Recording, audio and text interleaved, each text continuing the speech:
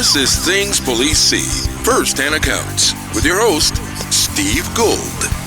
Welcome to the podcast that interviews active and retired police officers about their most intense, bizarre, and sometimes humorous moments on the job. I'm Steve Gould. Thank you for joining us, everybody. Thank you for finding the show if it's your first time listening, and thank you for coming back. We, just like the intro says, we just interview the men and women of law enforcement, what they actually see and do and experience, totally unedited, the true life, real life stories, so that you can gain a better appreciation for what these people are doing out there in your communities, because it's quite remarkable and unbelievable at times. I want to thank everybody for all the rating and reviewing on Apple Podcasts. I know you're sick of hearing me talk about it. I got over 1,000 reviews now. Some people will tell me, like, you were kind of obsessed with that metric. It doesn't really matter that much. There's other things you should be looking at. And while the show is doing well in all areas, which I'm very thankful for, the Apple Podcast reviews, to me, when I started, was a big deal, because Apple Podcasts was the main source for podcasts that people listen to. Spotify wasn't that big. Google Podcasts wasn't and still isn't that big, and all the other ones aside.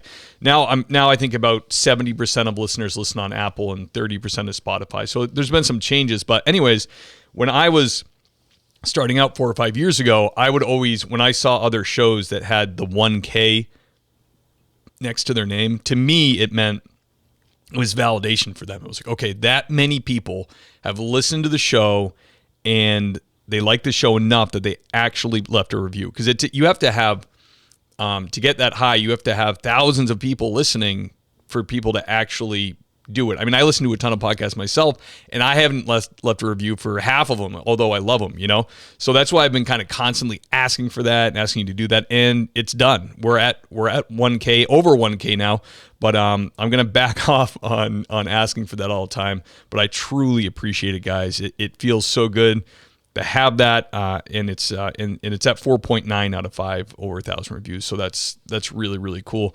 I truly believe it's below 5 because there are just cop haters who will find the show researching or doing whatever they're doing, their recon on the other side, and they will just leave a 1-star review and say something like, nothing interesting here, might as well pass it by, or whatever they say, or they'll just rip into police. So those don't count really. So technically, when you see the 4.9, that's just 5. It's a 5 in my mind.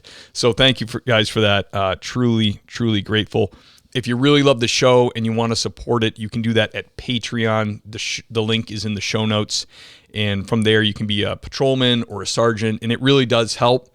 All the expenses I have for the show, this video software, running the website, my podcast hosting, all that stuff costs me money, but it just comes right out of the fund from where people donate. So that's awesome. But just know, if you do love the show and you listen, it's free. You can do it. It's going to remain free, and you can keep listening. If you can't afford it or it's just not in the budget, I know the economy's tight. Don't worry about it at all. The idea is to get it out to as many people as possible so they can really appreciate the men and women of law enforcement. So that's my little spiel for now. Today we have a really, really fun and diverse guest. He's worked in a bunch of different areas of law enforcement. I'm excited to have him on. He's got 20 years Sacramento Police Department, 4 years NIS, then NCIS Special Agent, 6 years as a law enforcement professional in Afghanistan, and 8 years FBI Intelligence Analyst Counterterrorism. Please welcome to the show the great Bill Tanton. Bill, welcome. Thank you. Thank you very much. It's an honor to have you, man. And I understand you're in the great state of Texas. I am in the Magnolia area just north of Houston, and we're having a heat wave that I wish would go away. There's no heat like Texas heat, man. That is, yeah. I always thought, till I went to Texas, I thought it was just like that dry heat. But in Houston, it's not only super hot, it's really humid. Yes, it is. And you try to get out and mow the lawn. You're out there about 10 minutes and you're drenched and you got to come in. Yeah. I would just turn to powder, man. I'm a ginger, so it would just be a pile of clothing on your front lawn. Bill, how did you, so in the email it said your friends or your son had referred you to the show. So he's a fan? Oh yeah, big time. He's a deputy in Utah County in Utah, and he and his patrol team listen to your show when they're down and don't have any calls for service, and they really enjoyed it. And my son said, "Yeah, to listen to this." I listened to several of your podcasts, and I thought, "What a great venue for cops." That's awesome. I love that, man. I love hearing that groups of shifts of patrol are listening to the show. That's awesome. So cool. So your career in law enforcement is really diverse. I mean, you run the gamut. You even went overseas into law enforcement. So you truly love police work. So Sacramento, what is NIS? It's the Naval Investigative Service. It changed its name to Naval Criminal Investigative Service after I left. But a lot of people don't know what NIS is. And when I was with them, it was from 86 to 91.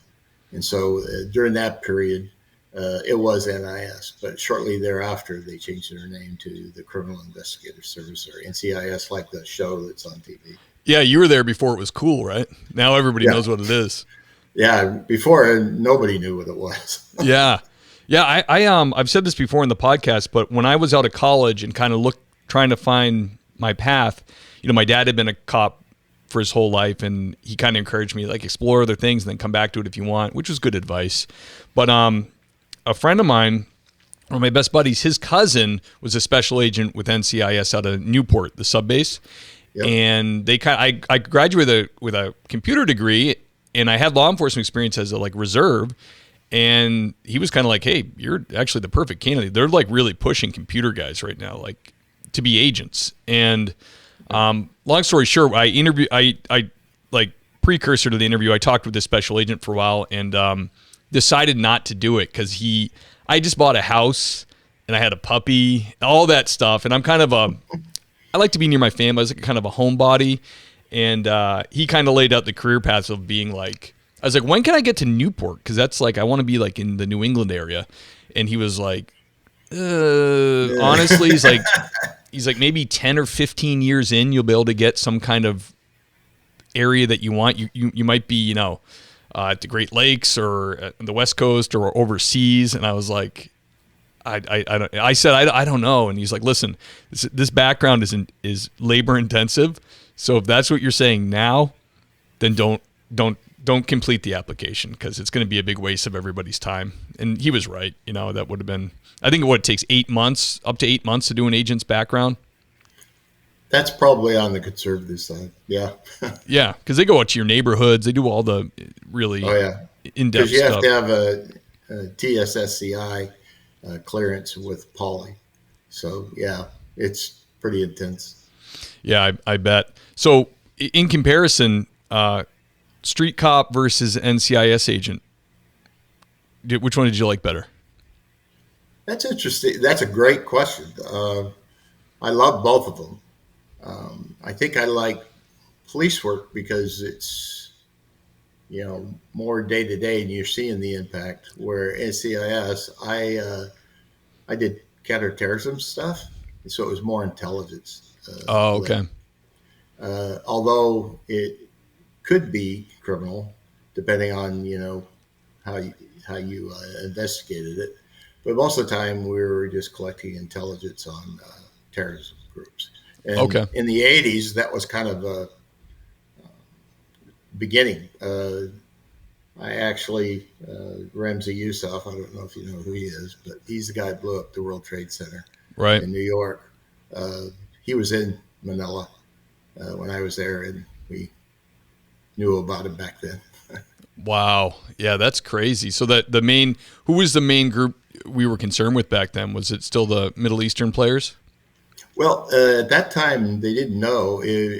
My main focus was on the Congress New People's Army, the MPA.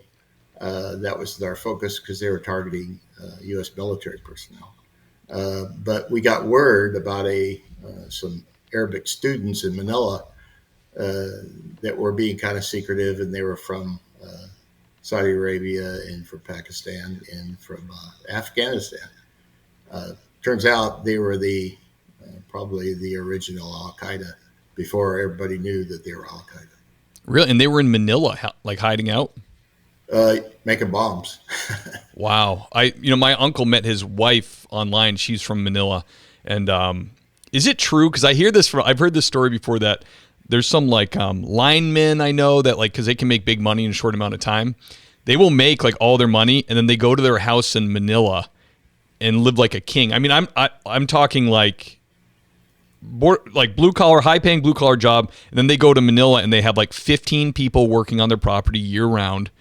They pay them like $5 a day. They cut their grass by hand. They're out there squatted down cutting. Is that true? Though it's like, yes. Is it still like? Or at least it was when I was living there for 4 years. I had a gardener, I had a maid, I had a security guy, and I did that on a GS-11 salary. Wow, that's interesting, man. So, Bill, if you take us back to a young officer, Tanton, at Sacramento, what is the first really hot call that you went to that you can remember? Oh, wow. Well,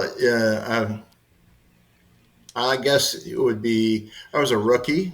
I was on my own. And it was St. Patty's Day, and my assignment was, to, keep the pedestrians out of the street while the parade was going on. And a woman came running up to me, screaming and yelling, all excited, "I need your help! I need your help!" And so I started following her. We ran 3 blocks. Oh, jeez.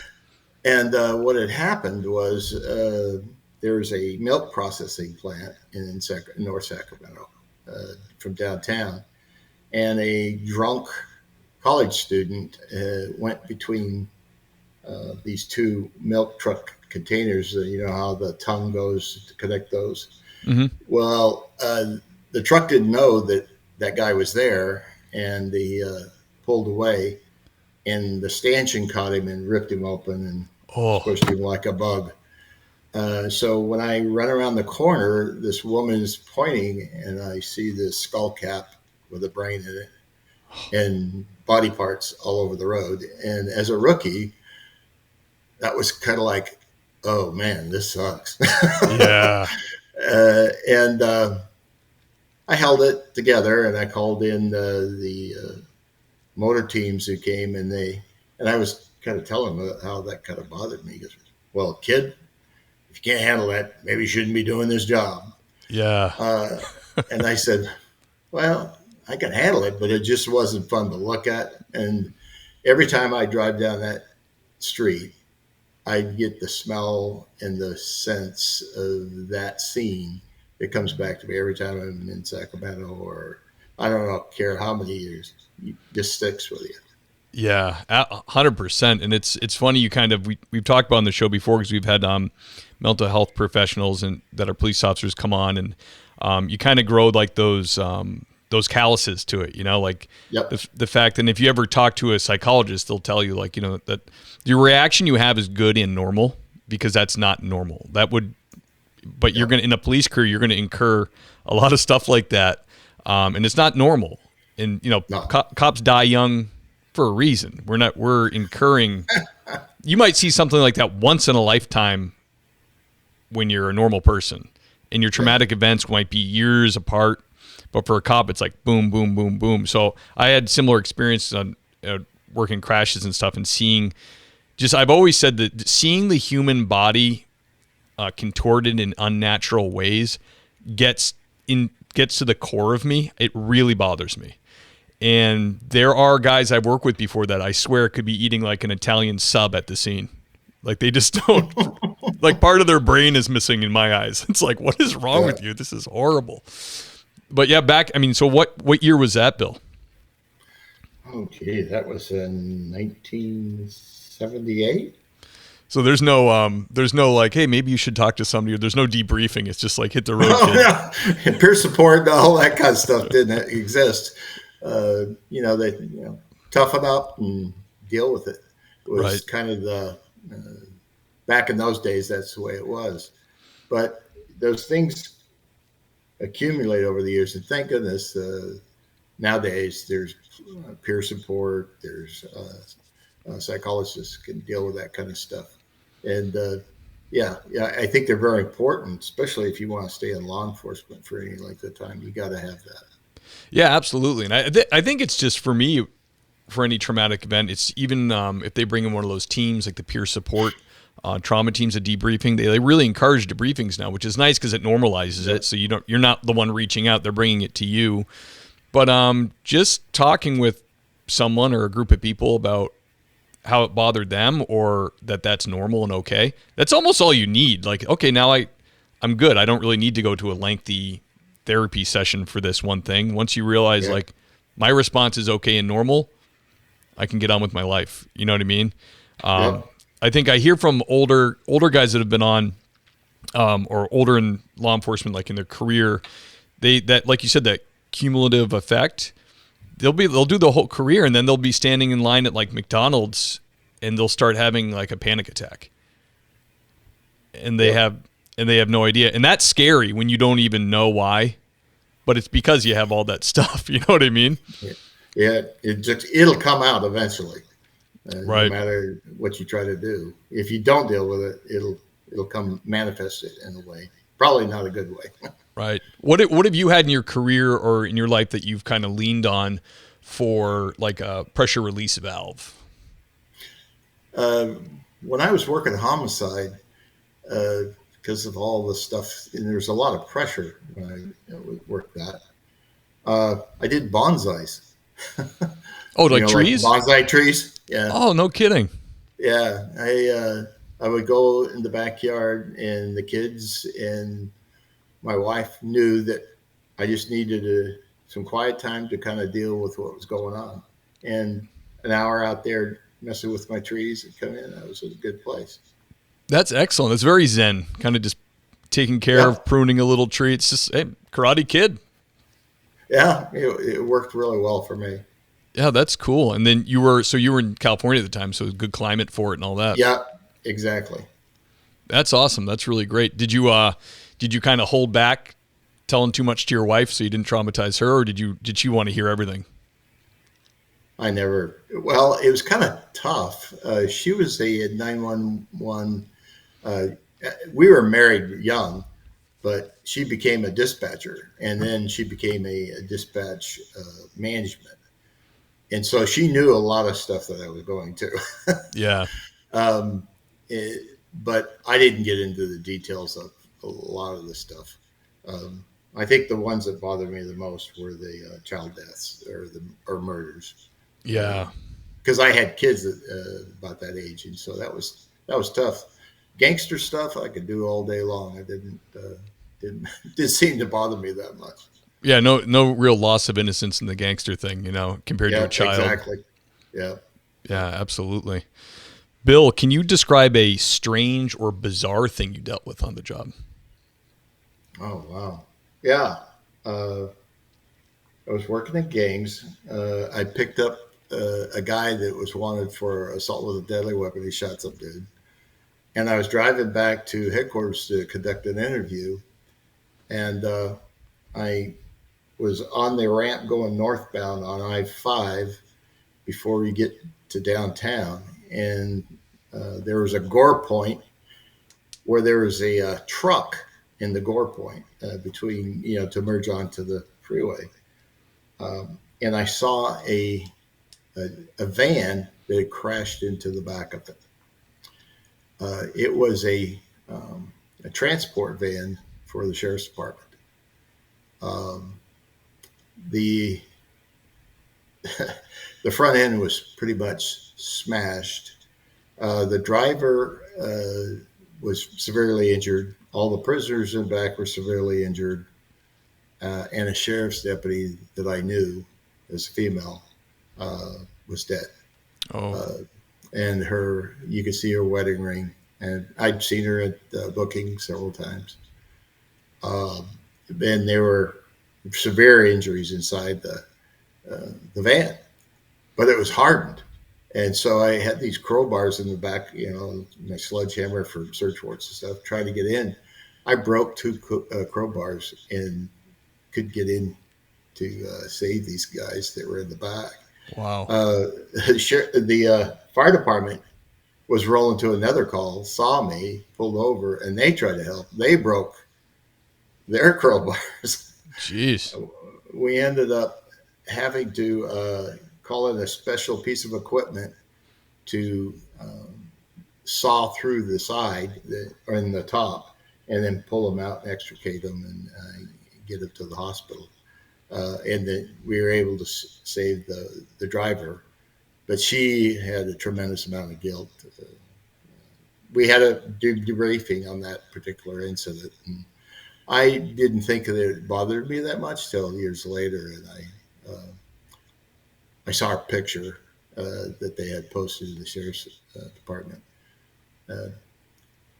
When you lose one of your brothers or sisters, it stays with you, and I didn't talk about it for a long time, but I did finally reach out to some peer support guys that gave me some support, and so that was probably the weirdest. Yeah, it's strange, but it was like very unusual. Yeah, absolutely. I wish I hadn't had that happen to me, but I'm glad I was there though. Yeah, absolutely. Was there prisoners on board, or was it just? Yeah, there was 8 inside. Wow. And one guy had his jaw completely ripped off. It was hanging. Oh my goodness. Arms were distorted and behind them and broken in catastrophic ways. Or like I saw one arm that was probably broken in 4 places because it was and bones sticking out.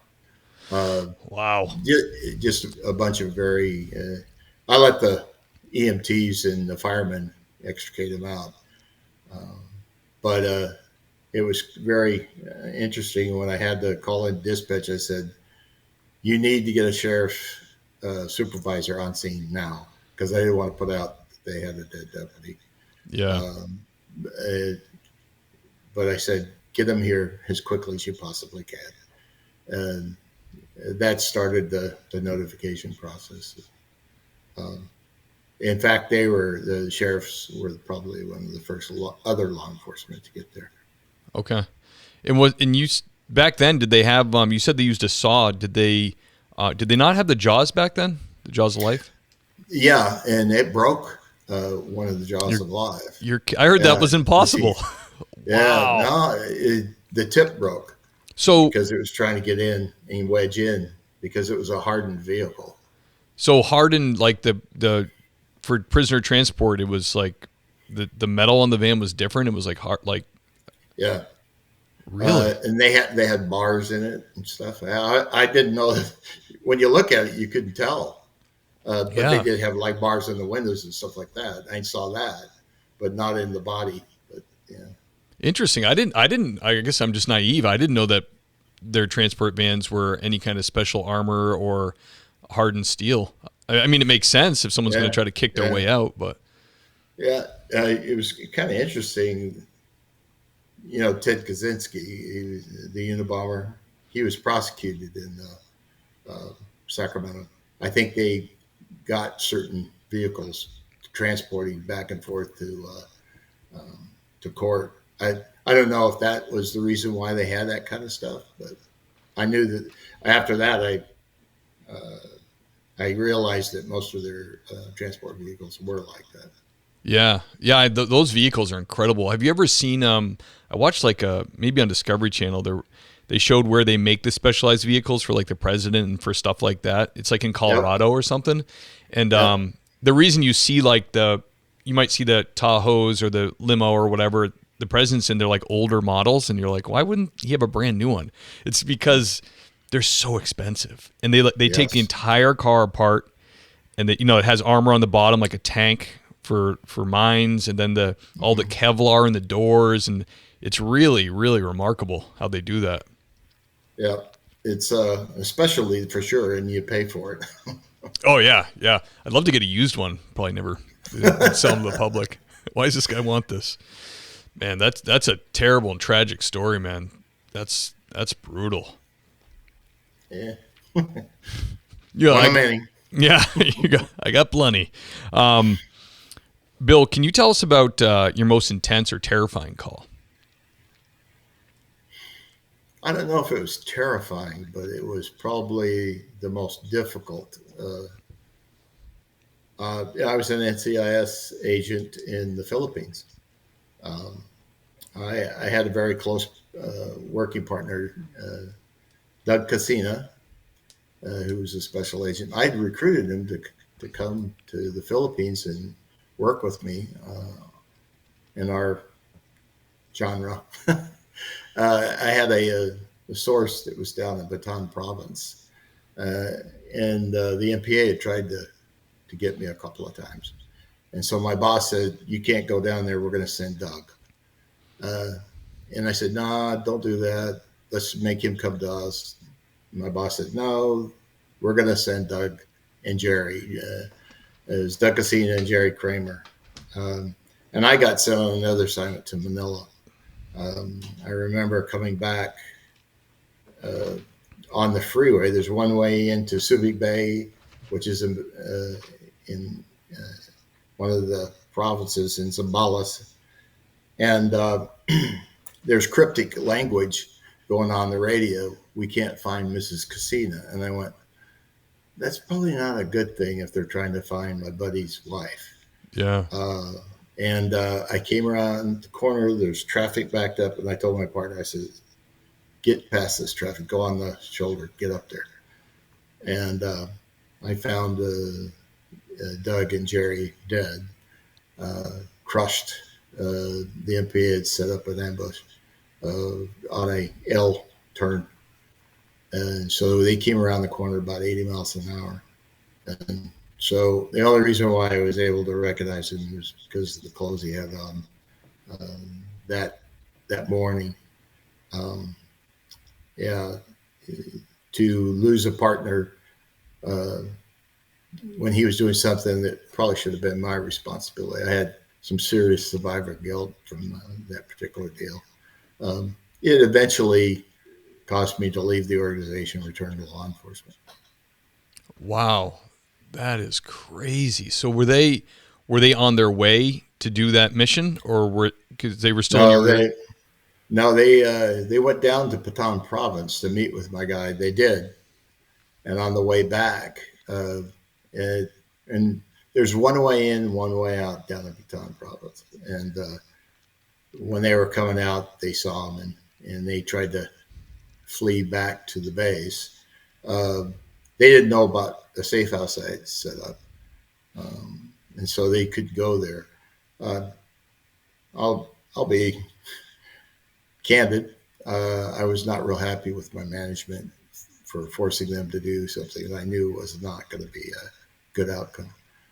I didn't realize that he would die, but he did. And I had a lot of guilt for years because of that.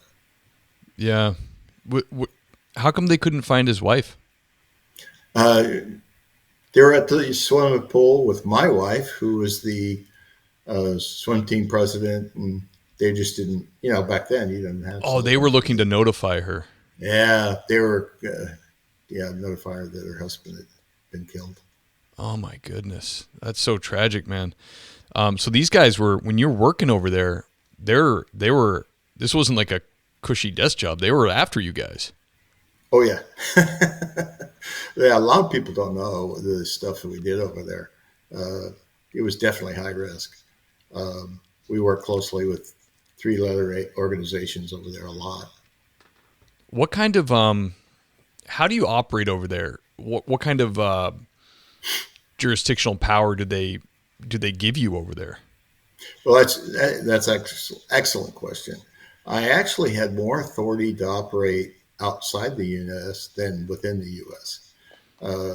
Because in the U.S., NCIS agents have authority on the base over military personnel. But in the overseas environment, we kind of operated under the embassy's umbrella. Okay.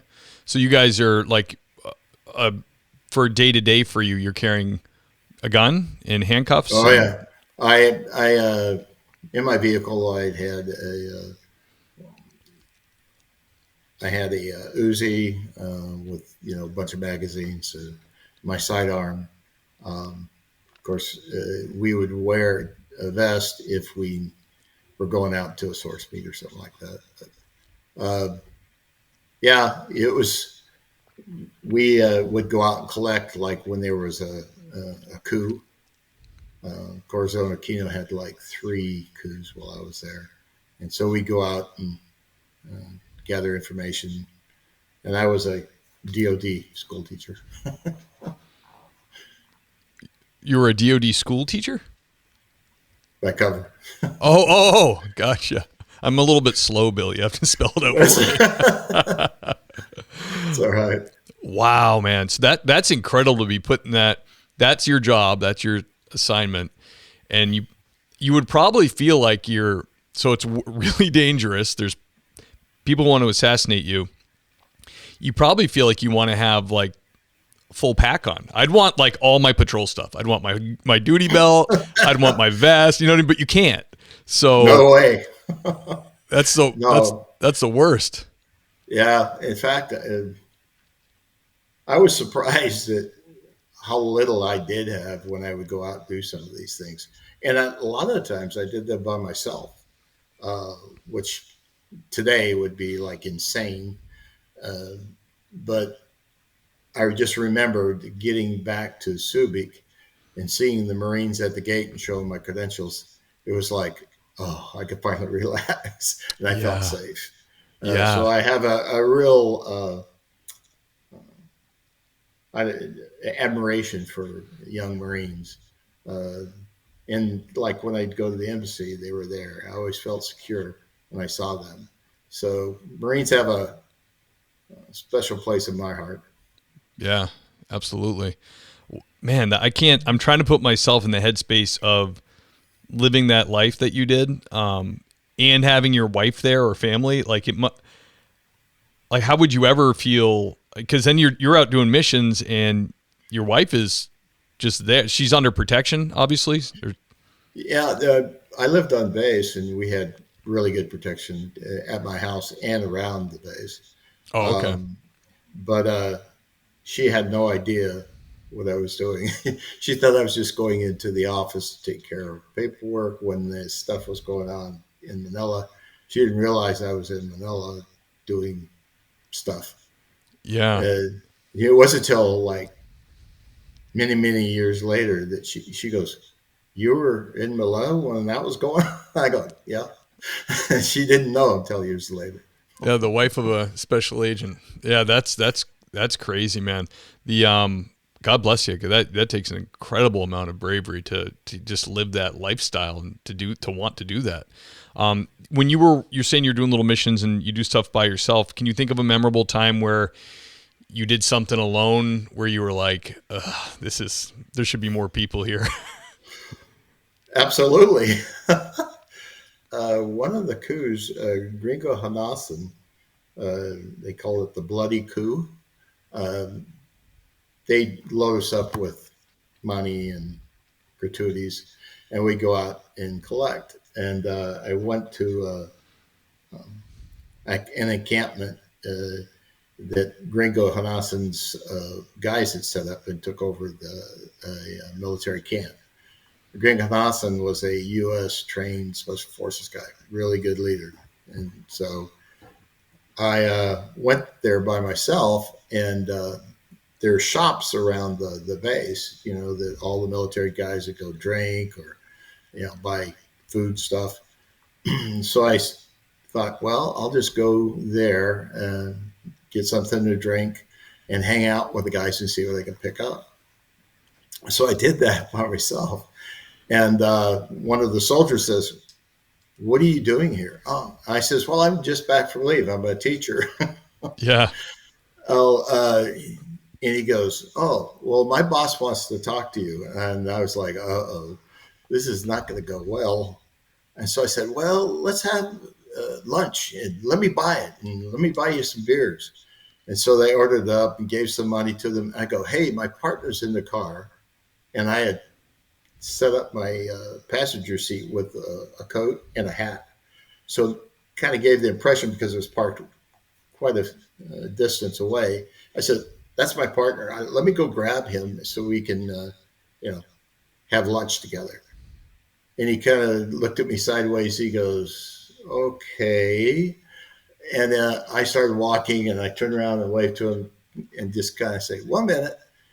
And when I got about 10 feet away, I sprinted to the car, got in the car, did a power J turn. And in my rearview mirror, I see an M16 and a bunch of other guys pointing the gun at me. And so I was able to get back to the base without getting caught. But that was one time where that could have gone really badly, really quick. Dumb decision. Oh my! And would you, if you're going to do something like that, would you tell your supervisor, "Hey, this is where I'm going to be, what I'm doing," or? Oh yeah, we had our dispatch, and I said, "Hey, I'm in this area. I'm going to start talking to some people here." So they would have had a. And my biggest fear was being taken to Hanasan, and they probably started interviewing me and interrogating me in ways that are probably not fun. Yeah. Oh, I can only imagine. I started reading a book. Geez, I wish I could remember the name, but it was about the breakdown of the human psyche through interrogations and how our mind can actually, like there's been prisoners of war where they actually start to believe what their captors are telling them, and they make them write letters, and like they put you in so much physical and mental anguish that they actually change your mind, where you are now believing that the regime is actually correct and you're like their puppet. And then they eventually get home and they go through the deprogramming, and it kind of sheds off you. But I didn't read the whole book. It was so disturbing to me, like that people would do that to another human being. And the stuff they would do to them is disgusting and horrible. I couldn't finish it. It was just putting too many thoughts in my head. Like I was thinking about the book when I wasn't reading the book. You know what I mean? Like almost all the time. Because they were real stories, what U.S. Agents and troops went through. So yeah, I'm with you, man. I wouldn't have left that base again. I'd be like, I'll work in dispatch. What can I do? Dude, that is crazy. So you're running around doing these missions, and you said you had an Uzi or a submachine gun or something. What? I'm just curious because I'm a firearms guy. What is the for a special agent overseas? What is like the qualification for the weapons you carry? Does U.S. military qualify you, or is it your own agency, or do they just give you the gun and say you're good? No, of course, at the academy in FLETC, we got our basic certifications, and then every 6 months we do a semi-annually qualification. But we had our own agents that were trainers, and they certified us. And over in the Philippines, we probably shot at least once a month. Yeah. And it's just to stay proficient and on your game. Yeah, because you might have to go to it. Okay, is there any way to carry that submachine gun on your person all the time? That's what I'd want. Not in a hot place like the Philippines. Oh, that's right. It's so humid there. Yeah. Damn, man. Can you? I was thinking about your career at Sacramento. You said you were doing homicides and stuff. Can you think of a memorable murder investigation that you had? Oh wow. And I'm kind of throwing this at you without. Yeah. I'm sure there's a lot. There was several of them. Probably my first one is a rookie homicide investigator. I get called out, and I'm going, okay, I'm going to get after this. And when I get to the scene, it's a homeless guy in the bushes, and there's a bag of groceries strewn in the bushes. And there was an indentation in his head and blood trickling out, and ants were eating the blood, eating at his head. Of course, he'd been deceased, and so I went after it with a lot of detail and really tried to. And My lieutenant at the time, he goes, wrap it up. I'm going, what? And so I think, oh, okay, whatever. I kept on doing it, and I turned in this pretty detailed report. And they said, well, this is probably going to be a natural cause of death. And I went, no, this is not a natural cause of death. And the coroner came back with a natural cause of death. Really? Yeah, it turns out back in the day, and this is when I was in homicide first time before I went to NCIS. It was in, I think it was 81. I was a pretty young detective. I was like 26. And I was horrified. I was like, what's going on? Turns out he wanted to have a high clearance rate. So people that are homeless were not considered, it would be difficult to solve. So I ended up deciding that I wanted to do something else, and I went to SWAT right after that. I was in homicide for probably less than a year because I didn't want to work for that guy. Yeah, I hear you. Well, is full-time SWAT team in Sacramento probably? Yeah, I was. That's when the recruiter from NIS got a hold of me. And oh, said, really? Hey, yeah. So I made a choice. I either was going to be a certified SWAT guy or go be an agent over in the Philippines. So I thought, I think I'm going to give this special agent thing a try. Really, I was going to ask you that. What was the transition like? So you were working there. You tried your hand at a few things at Sacramento, and then meanwhile you were in the process with the NIS. Yeah, and it was interesting. My pay went down considerably. Really? As a cop in Sacramento, I was doing pretty good, especially back in those days in the 81, 82 timeframe. I was making probably 75, 80 grand a year. Wow, that's really good back then. Yeah. Well, of course, I did a lot of overtime right, because of the stuff I was doing.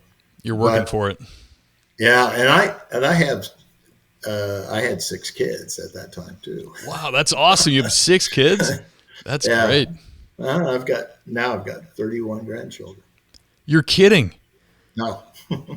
That's the most incredible thing I've heard so far. That's awesome. That's real. That's a blessing having that many kids. Yes, they're a wonderful legacy. I credit that to my now deceased wife. Oh, I'm sorry to hear that. COVID got her 3 years ago. Oh, geez, so sorry, man. Well, that's beautiful that she has all those people, all those souls that she created with you, obviously. But I mean, that's my. I credit her. She was the glue.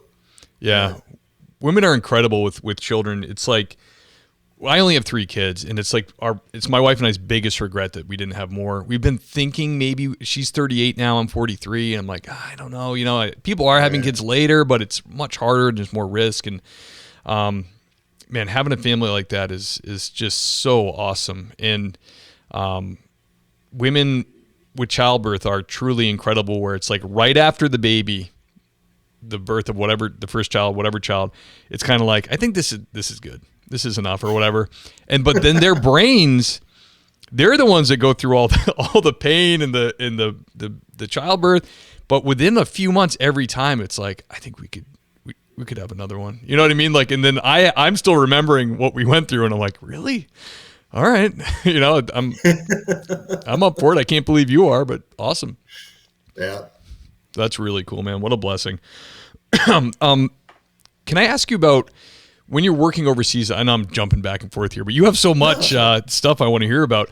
What was your experience working with like foreign agents? Like, did the Philippines provide their own agents or equivalent to you guys? And where were they on the trustworthy scale, or did you just avoid sharing anything with them at all? Were they paid off? Like, what was that like? We're getting a touchy area, but a lot of them would work for me. And they were usually colonels or generals. Oh, wow. That had access.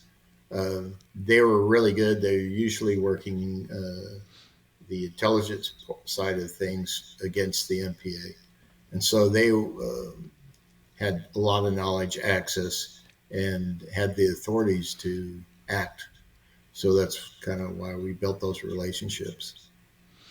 Gotcha. So you probably really had to get a lot, like some kind of working background on them. Like, they're good. They're not working for the other side. They're fully vetted. You're not worried that they're giving you bad information. You never trust anybody fully, especially in that arena. And usually they had a weakness, be it, women, right, booze, gambling. They tended to have issues. I understand. And every special agent that I've had on has said the same thing. About some guys have said before, like guys who'd worked in South America, they were like, we just told them nothing. He said they were completely untrustworthy, and they were totally always bought off in some way, or they ended up being bought by a cartel or whatever. It was just, and they had some horror stories about working with them, with it just right down to like control their firearms, like turning around and having a submachine gun pointing at your head and being like, "Oh, brother, what are you doing?" Like they weren't even trained on their guns. They were just they'd leave a loaded submachine gun on a table, walk away, that type of thing. A lot of the senior people were politically connected to the national leaderships, and that's how they got their positions. It wasn't because they were good. The people that actually provided the best information or were the most reliable were like at the captain level, that were actually on the ground, boots on the ground, got shot at all the time. I preferred working with them. I got my most reliable information and most positive working relationships. The guy that Doug was meeting with, he had been attacked multiple times after meeting with me. So we built a really close relationship. Some of his guys got killed protecting him. And so, when you spill blood, you become blood brothers in a lot of different ways. Sure. The reason I asked you that was, I thought it'd be interesting, but also my uncle who married a Filipino woman who now lives here, lovely woman, name's Lavely. Her dad, my uncle, has been to Manila a few times now to meet the family and hang out. And her dad was in the Manila area, must have been a village outside, because he was the chief of police for this village. Mm-hmm. And I was like, well, tell me about that. Like, what is, she's like, not much to tell you. He sits in his little house and drinks all day. And I was like, really? And she goes, yeah, in uniform with his gun. Yeah. And I was like, wow, that would be unacceptable here. Yeah, not there. Yeah, she said he just has a real problem, but he maintains his role as chief, and there must be some level of satisfaction with what he's doing because he's keeping his job, or he knows, like you said, he knows somebody, or he's got some kind of connection. But she said he was like, she kind of indicated that it was like, she laughed at the idea of him being chief of police and was kind of like, ooh, it's a touchy thing. Yes, it is. So it's all politics. Yeah, he must know the right people. And I also know a guy I went to high school with, same area. He was in Bangkok for a while, and then they were in Manila, but he was running Tiger Mai Tai. He was like managing that fighting club, or I don't know what to call it, dojo or whatever. And they were producing some like national competitors, and he's a very talented fighter. But he was dating a real estate, I think she's a real estate woman, and now he's married to her, who was Filipino. And she had this one villa that she owned, and someone straight up just took it over. Like I don't know if she wasn't having it checked on enough or whatever. The story was it was a Facebook post that he made, and it was like, basically people moved in and she couldn't get the place back. Like the local police were not doing their due diligence. Every avenue of law she took was a dead end, or was just kind of like kind of a lot of like hands in the air, like, what are you going to do? So while it sounds great, like your dollar goes a long way, it also sounds relatively lawless in a lot of ways. If you have the right connections and enough money, you can do pretty much anything there. Yeah, understood. And the dollar goes a long way, right? Oh yeah. All right. Yeah, I figured that. So when you said you got the special agent thing, just became you were all set. You did your time with it. You'd had enough, and you went back into law enforcement. Where did you go from there? Back to Sacramento. Oh, really? Yeah. My chief says, "Yeah, I'd love to have you back." So I went back. I spent about a year on the streets, and then went back to detectives under a different leadership. Right. Okay. So your academy was still good. Did you go to some kind of like catch-up class or something, or? Yeah, I had to go to a research class. I flew back from the Philippines and attended a month-long recertification course. Okay. And then started, and they kept my seniority and everything. So I was pretty lucky. That's great. And it's funny to think you would go back to a major U.S. city and be like, I feel safe here. Yeah. Yes, I did. Wow. That's really, really cool. What did you do in Afghanistan? Was that mostly the intelligence stuff? No. That was kind of how I found out about it. I'd never heard of LUP before. And I was at the embassy in Baghdad. What does that acronym stand for? Law enforcement professional. Okay. And there are a bunch of retired law enforcement that have 15 years of investigative experience doing either drugs, gangs in major cities. And then they were hired by the Department of Defense to help the military do evidence processing, DNA, evidence collection, SSE kind of stuff. And I'd heard about them when I was a lead analyst in Baghdad. And I go, who are these guys with this great information? And they said, so they're LEPs. I go, a LEP? What is a LEP?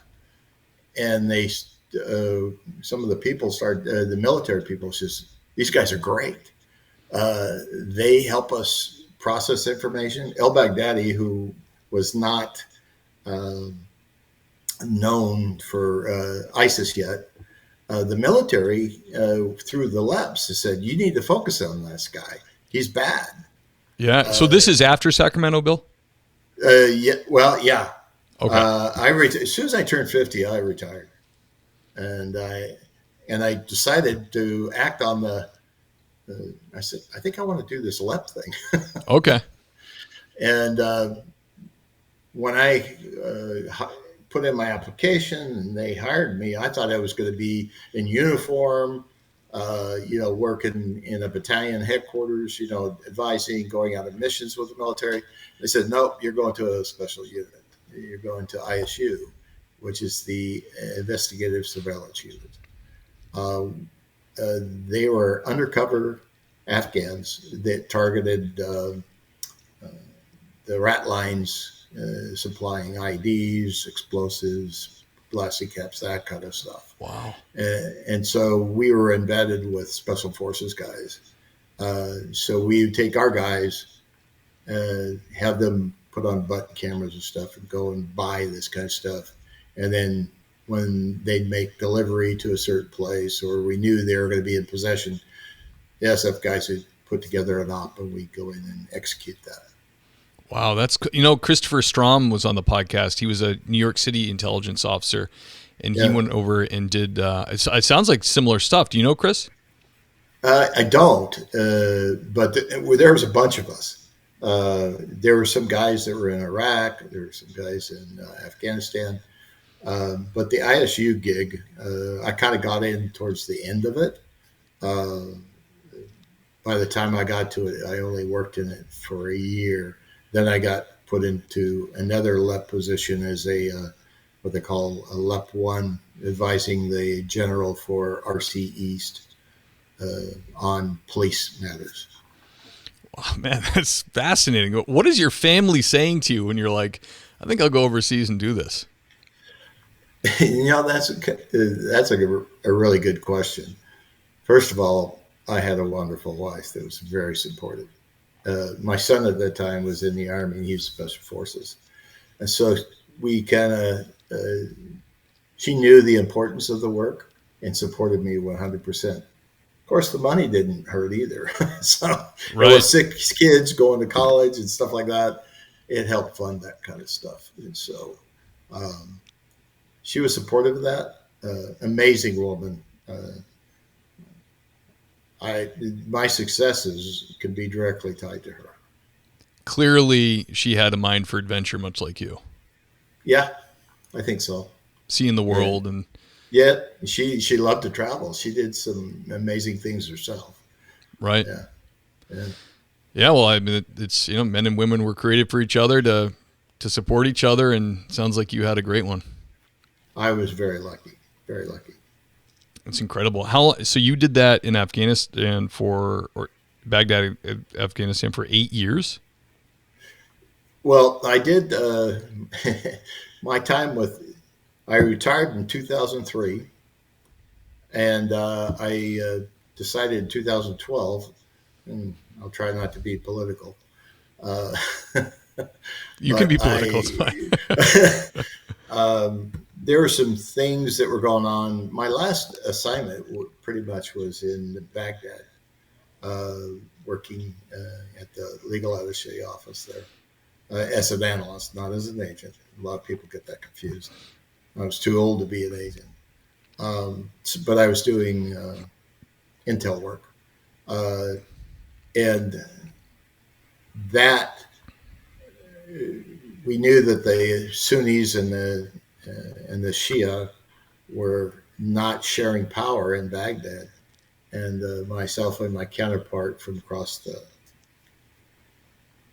the aisle wrote a paper saying, hey, if we don't include the Sunnis in our leadership process, they're going to radicalize. And 18 months later, they did and became ISIS. So, wow. And falling on deaf ears, I guess. Yeah, exactly. And that's when I said, I said to myself, if I ever go into work and I don't believe in what I'm doing, or I feel like I can't get done what it needs to get done, I'm going to leave. So that's what I did. I just retired early from the FBI and went to being a contractor. Okay. Question for you. You totally don't have to answer it because I'm throwing this out there at left field. But what is your opinion on the state of the FBI and what's going on with like how they're in, I mean, I'm not talking about the field guys, the field offices. I'm talking about like the DC office. Like, and I ask that because to me, it's like, it's not even it is a bipartisan issue. It's like politics shouldn't come into it because you can clearly see what they are investigating and what they're not, and people should be more outraged. But frankly, we're all very comfortable. We live good lives, and although we may feel like things are starting to crumble a little bit here with prices of everything, but with that being said, what's your opinion on that? And this is a huge question, but what kind of leadership do you need to right this ship? Because it's like everybody I know and people on both sides are totally losing faith in federal law enforcement. And the FBI has always been like the pinnacle, like the internationally for investigations. It's sad. I still have good friends that are working for the organization. A lot of them have left. Some of them left before they could retire because they cannot, couldn't go into work and look themselves in the mirror. Some of the stuff that's going on. I have kind of give you an indication where the state is, or it's they're being the rank and file to try to get them into in line. they have these seminars in these mandatory meetings that their bosses are ordering employees to go to on, you name it, trans stuff, which has really nothing to do with their work. They're being ordered, and if their supervisors and the agents are being, and they said if they don't, they're going to be disciplined. And they said, well, we don't believe in this. We're not going to do this. And apparently they're taking severe punishment to people who don't agree with what's going on. And there's a lot of buy-in by people. That's one thing I learned very quickly is the upper management of the FBI is not representative of the rank and file at all. Right. You kind of figure that. And the best and brightest are actually the worker bees. Sure. And the people that tend to promote up are people that are pretty much sell their soul to be promoted. Yeah. They don't really have any, they're more politically oriented than they are mission driven. That's my personal opinion.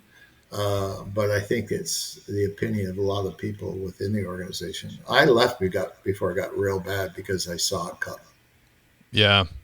Yeah, it's too bad. It's like in law enforcement, like on the local level and state level, you're pretty much like strongly encouraged to not be political. Like it's against the law to have any of your guys on the ground put up political signs or attend a rally in uniform. Or it's like when I'm in uniform, it's pretty simple. If someone starts talking politics with me, like I've had like town officials or like community members, I just tell them in uniform, don't talk politics. I just don't get into it. I should be I serve the community, and you shouldn't be hearing me in uniform out in the community getting in arguments with people, which would be inevitable about politics. Yeah. It's just I want to respect the uniform and not get into that. And you think that would carry, like, all right, well, if these little agencies and mid-sized agencies are doing that, that's kind of like the law enforcement way. We shouldn't be projecting that type of thing on duty or in uniform or using our office to do that. But it's not the case with high level stuff. And not unlike what you were talking about, when you get to these upper echelons, people, they're appointed as political appointments. The people running the place are not, the guy that was the agent and then worked his all the way up to director is becoming more rare. That's not the way it is. So, well, the directors a lot of times are U.S. attorneys that go on to become directors of the FBI. Comey is, an example of that. Mueller, he was the San Francisco U.S. attorney. First red flag. Yeah, I was in the division when he became the director out of the San Francisco area. I worked in the Oakland resident agency for a couple of years until I got transferred up to Oregon. But yeah, it's crazy. They're teaching that stuff to the military and special agents. The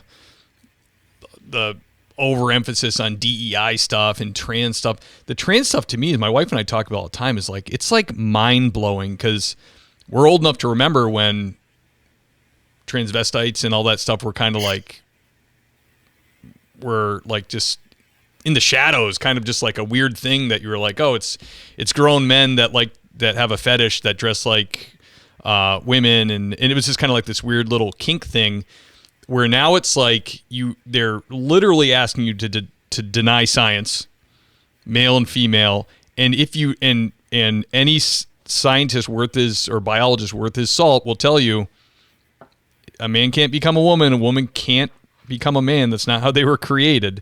It's just a fact. And I don't know, it just reminds me of like Rome, like the fall of Rome, where they were all, immensely overweight lady boys having sex with boys, and then the whole place fell apart. You know what I mean? They had vomitoriums. I've eaten too much. Bro, go to the vomitorium and throw it up. It was like, that's kind of like what this is. This is like the lady boys are now like trying to take over. I cannot compute. And I know people in my normal life, and it comes from that place of over, it goes from like acceptance, tolerance to acceptance to participation. It's like some people's hearts are just, they don't know what to do, and they don't want to make other people feel bad, so they just are completely accepting regardless of what they're doing. And then you lead to things like MAP, minor attracted person. That is, you know what I mean? Like, now they're not child molesters. That's too harsh. Now it's becoming like, maybe we should accept these people. It's like, guys, what's going on? I'm sorry, it's a little bit of a rant, but it just puzzles me every day when I see this stuff, and you just don't know how to compute it. You know what I mean? No, you're seeing things happen so quickly. The last 2 years, I felt like I was living comfortably and I could get by on retirement and no problem. But now I'm starting to think, I better hold on to that. Maybe I better not make that purchase. And so a lot of things right now are up in the air, and I'm really concerned for my kids and my grandkids. What's their world going to be like? It's scary. It's hard, man. I grew up, my dad worked as a cop and, didn't make a ton of money, but he worked. And me and my sister were able to stay home for the first 5 years. And my mom, raised us and then put us in school, which, by the way, then were, they were public schools, not so much government schools, as they weren't indoctrination camps. You know what I mean? Yep. But I'm trying to do the same thing. My wife and I we're very Christian. We have a Christian worldview. We don't like what's going on in the school. So we have 3 kids, and my wife is homeschooling all of them, which requires me to work more, which is totally worth it. But when I tell you, even if I work a 70, 80 hour work week, the end of the month, there's months where it's like, I might not have enough. And I'm making, in my eyes, from the standard I have always thought, I'm making a lot of money, but it's not cutting it. Like, the grocery bill even is north of $400 a week now for a family, which is insane. It's like every time we go, or every time the propane guy pulls in the driveway to fill up the tanks, I'm like, I get a pit in my stomach. I'm like, oh man. It's brutal. Well, thank goodness down here in Texas, fuel prices aren't even close to what you have up in the Northeast. I bet. But it's going up, and I just don't know how this can be sustained. And when we see billions and billions of tax dollars going to other places when American middle class is struggling, it's really hard to watch. Yeah, it's gross. Bill, let me switch gears here. Let me ask you, on the job, all your years in law enforcement, do you have a heartwarming story or encounter? Oh, wow. This is a tough question. Yeah.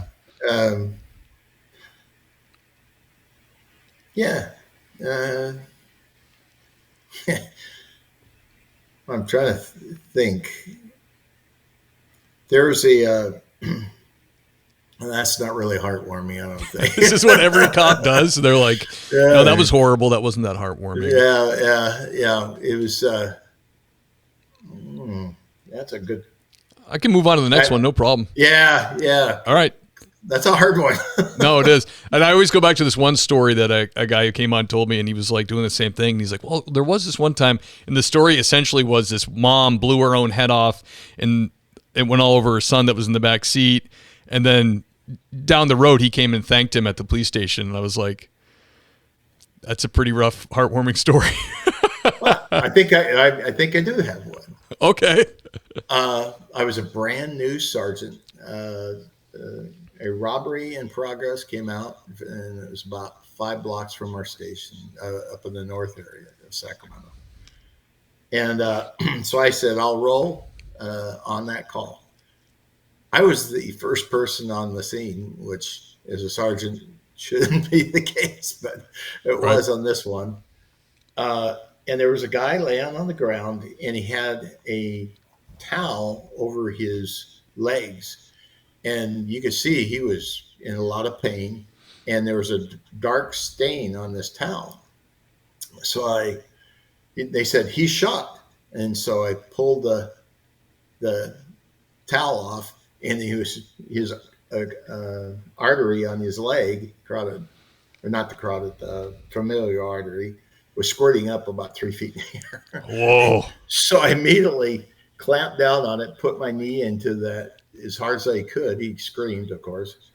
And then I put a tourniquet on his leg. And soon after, the fire department came and took him away. And I had one of my guys take a report, and I thought that was the end of it. And then the next thing I know, the guy owned the convenience store that got robbed, and he got robbed by a 15-year-old kid. We ended up catching the kid and recovering the gun. But his family was from Pakistan. They said, we would like to have you over to our home for dinner for saving our father's life. I didn't realize that when I went to this house, there's probably 20 people in this house because they have multi-families living in one place. Sure. And they got foods they thought I would like. And guess what? They got donuts. I love it. Yeah. So they had donuts and a few different things. And everybody came and, thanked me and wanted to say how much they appreciated what I did for him. And they gave me a plate. And on this plate were these two birds that had come together. And I still have it in my... Very cool. Yeah, so it was two different cultures kind of come together just to thank me in their way. And it was... I guess that's heartwarming. Absolutely, yeah. That's what I gotta phrase that question somehow and be like, think horrible and then good at the end. Because when I ask the question, no cop has a straight heartwarming story. It's got to be something horrible involved, and then at the end, it's good. No, that's a great one, man. I love that. All right, last question I have for you. I've taken up over an hour of your time, Bill. I appreciate it. This one's really important, really popular. Advice to new police officers or candidates or possible special agents, anybody getting into law enforcement. A ton of people listen to the show that are young coppers or even in, in their late teens looking to get into it. They listen to all your guys' stories and it inspires them. What would you tell them if they're getting to law enforcement now? Don't be afraid to reach out for help. If you need help, reach out to somebody. I've lost a lot of friends that have been in law enforcement because they did not reach out. Unfortunately, I could probably count on both hands how many have committed suicide. Wow. Because of unresolved issues. And you thought they were fine, but they weren't. And I felt so personally, I felt guilty that I didn't know that they were in that much pain because I would have gladly done anything for them. So I guess I would do that. And the pressure that cops are under these days, I don't even know if I would be able to function under the scrutiny because they're under scrutiny 24/7 with the social media and, everybody's got a cell phone, got to take a video of cops are really doing their job. Right. But take confidence that you are doing your job and just be, if you make a mistake, just say you made a mistake. I made a mistake, didn't realize I was making a mistake. And I fessed up and said, hey, I didn't know this is going on. I did this. And I, your tactics were probably wrong there, but you were honest. So we're going to If you lie, you're done. You're just done. So don't ever lie. Yep. Great advice, Bill. Thank you for that. One more question. I should have said it. I got one more. I want to start asking people, what do you do now? You're retired now, but what do you do now to relax, or do you have any hobbies, or what is Bill up to in his downtime? Good questions. I do a lot of writing. I do journaling, trying to memorialize some of the things I've done. Excellent. And also, for my posterity, I don't think anybody else probably cares about it. Well, I wouldn't say that. You never know. But I also go to the range and keep my skills up. I think I'm probably have better weapons handling than I did when I was a cop, because I spend more time doing it. So that's great. Yeah, it's a perishable skill. Absolutely. Yeah, it is. I reload, or I sometimes reload. I have a Dillon press. I reload 45 and 9mm, and when I'm really into it, when I'm really shooting, I'm so much faster, more accurate, smoother, and when you get out of it, it really is. You notice everything feels a little bit off. Yeah. Awesome, Bill. It was absolute honor to have you on the show, man. Those stories were great. Your career was absolutely incredible, and I would not underestimate people's appetite to read about your career. And if you ever did want published anything, I'll be the first one to line up to shout you out, man. So, Well, thank you. Give it some thought, brother, because you have an incredible career. So thank you for coming on, man. And I'm going to do the outro. I'm going to thank the Patreon sponsors. Can you hang on for just a couple of minutes? I'll get back to you. Absolutely. Great. Thank you, sir. The great Bill Tanton. Man, what a great interview. Bill had some incredible stories. What a life he's led so far. Very cool. It came to me the best way, just a random email from someone recommending him, and that's what the show's all about, guys. It really is amazing. All the law enforcement people out there living these incredible lives, doing these incredible things on duty, helping people. So I implore you, please, if you are interested in coming on the show, or if you know somebody who you think would be a good fit, go to thingspolicec.com, scroll down, click Be a Guest, and just fill up the little form. It takes like 5 seconds. So many people I've had come on before be like, I listen to the show all the time, and I just don't know if I have the stories. And, it's like they've been a cop 10, 20 years, 5 years, whatever, and they always do. You have the stories. People are fascinated to hear a police officer talk, from rural deputies in the Midwest to big city guys, special agents. It's all very interesting to a lot of people who aren't close to law enforcement, or their little local PD is like this clandestine organization in the center of their town. They really don't know what goes on behind closed doors. So I encourage you. That's what the show's all about. Reach out, we'll get you on, and of course, if you have anything going on at all, we'll blast it out for you. So that's my little plug for being a guest on the show. Guys, it's that time of the show where we have to thank the Patreon sergeants, the people that keep the lights on, they keep the boat afloat. I'm so appreciative to you guys. Thank you so much. Who I'm talking about is Zach Haney, Brad Thompson, Kyle Roberts, Jace Crow, Christian, Brittany Sims, Elliot Sykes, Dave Ellman, the great Holly Vanover. Sorry, Holly. Richard Tolles, be safe out there trucking, brother. Joe DeFries, Doug and Kelly Newman. I'll see you guys at church. Love ya. Dan Carlson from Burley Boards. Check him out. Scott Young, the great author Wayne M. Miller, Nick News, the great Tom Connell, Dennis Carrasquillo, George Tessier, Iceman from Motorcrop Chronicles. Check out his podcast. Greg Gadboy, the great Ben Peters, Scott Minkler, the great Tammy Walsh, Sean Clifford, Braden Walker, Sasha McNabb, the great Mike Wynn, Jason Lau, Sarah Pomeroy in Down Under. Good day to you, madam. Lauren Stimson, Jake Pinito, John Shoemaker, James Rose, Seth Wright, Tony Fahey, Andy Biggs, Chris June, love you, Chris June, Adam Mehall, the great Gary Steiner, and the handsome Lane Campbell. Woo!